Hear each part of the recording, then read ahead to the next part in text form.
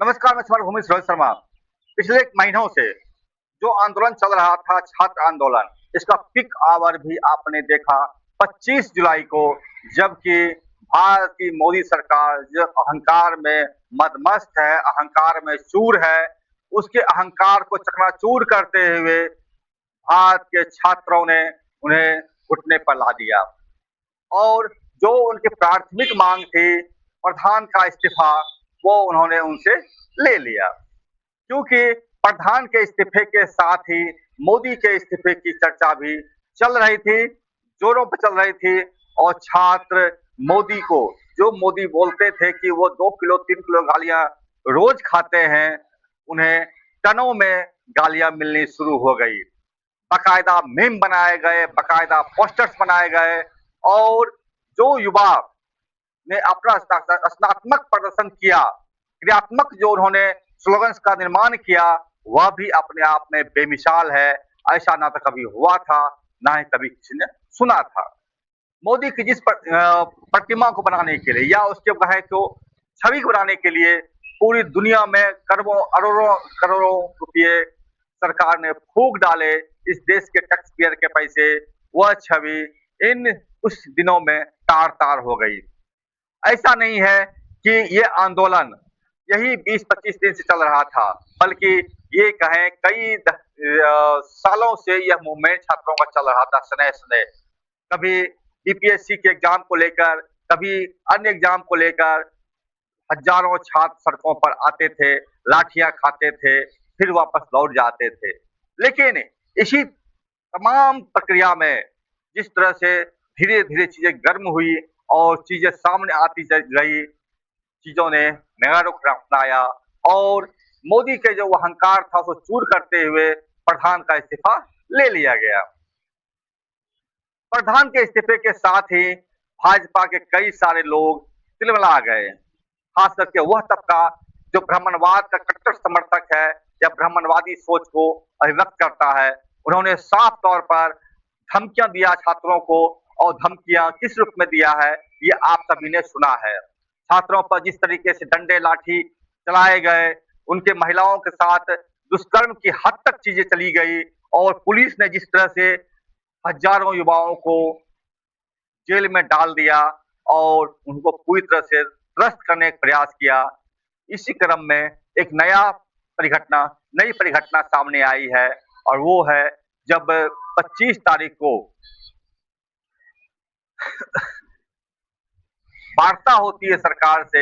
उस वार्ता में साफ तौर पर जिन शर्तों को रखा गया था, उन शर्तों के अनुरूप ही बिहार के गृह मंत्रालय की तरफ से भी एक सूचना जारी हुआ है। वो सूचना क्या है, इस पर चर्चा करेंगे और जानने की कोशिश करेंगे सूचना के बाद भी किस तरह से चीजें चल रही है, और छात्र संगठन किस तरह से इस मामले को लेकर के भी आशंकित है। आइए देखते हैं वो सूचना क्या है।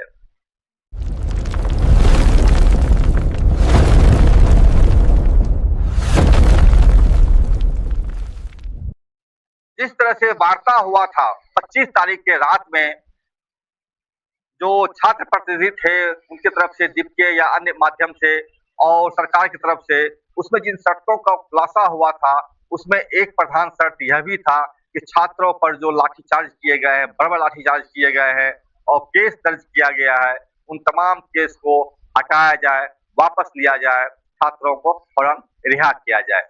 इसी आलोक में बिहार के गृह मंत्रालय की तरफ से भी 27 तारीख को, कल, एक पत्र जारी किया गया है, नोटिफिकेशन जारी किया गया है, और उसमें बताया गया है वो यह है। प्रेस जो प्रेस के लिखा गया था, वो गृह विभाग बिहार सरकार की तरफ से 27/7/26, इसमें लिखा है नीट ऑब्लिक यूजी परीक्षाओं में कथित अनियमितताओं के संदर्भ में चल रहे विरोध प्रदर्शनों एवं उससे उद्भूत परीक्षा व्यवस्था एवं उच्च शिक्षा क्षेत्र में जवाबदेही और सुधार की मांगों के मद्देनजर बिहार सरकार द्वारा निम्नलिखित आश्वासन दिए जाते हैं। को दिनांक 26/7/26 के संध्या 6 बजे से पहले तक बिहार राज्य के किसी भी हिस्से में इस विरोध प्रदर्शन में शामिल व्यक्तियों के विरुद्ध सरकार कोई भी दंडात्मक, प्रतिशोधात्मक अथवा प्रतिकूल कानूनी कार्रवाई नहीं करेगी।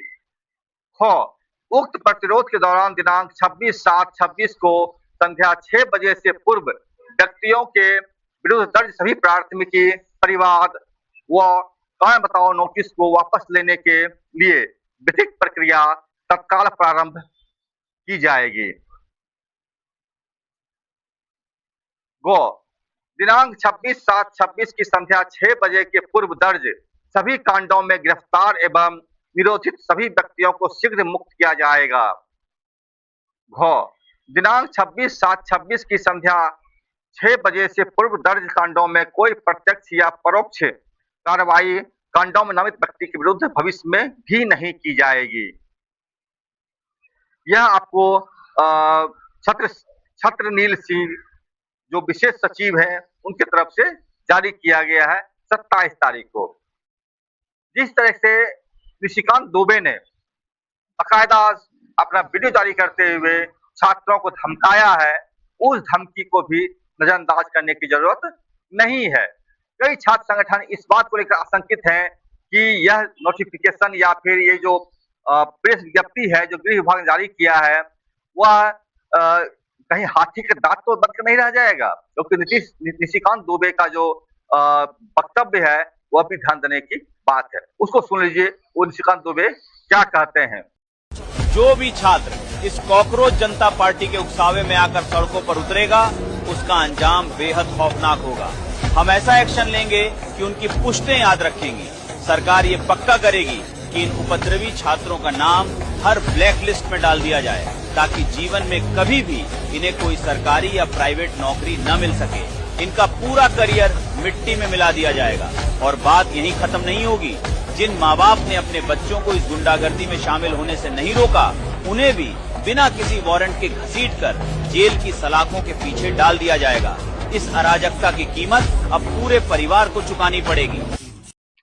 इन दोनों आलोक में चीजों को समझने की जरूरत है।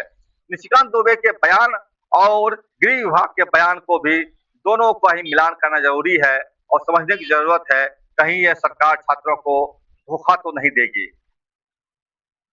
विभिन्न छात्र संगठन इस संभावना को जताते हैं और बतलाते हैं कि पता नहीं सरकार कितना कदम उठाएगी, लेकिन यह भी सच्चाई है कि अगर सरकार अपने वादे से मुकरती है या वादा खिलाफी करती है निश्चित तौर पर छात्र संगठन एक बार फिर उद्वेलित होगा और सवाल जवाब का स्तर इससे भी बड़ा हो जाएगा। उसकी जवाबदेही भी सरकार की उतनी ही बड़ी हो जाएगी। बहरहाल जो कुछ भी है वो स्पष्ट है, आपके सामने है। चैनल देखिए, लाइक कीजिए, सब्सक्राइब कीजिए, शेयर कीजिए और हमसे जुड़े रहिए।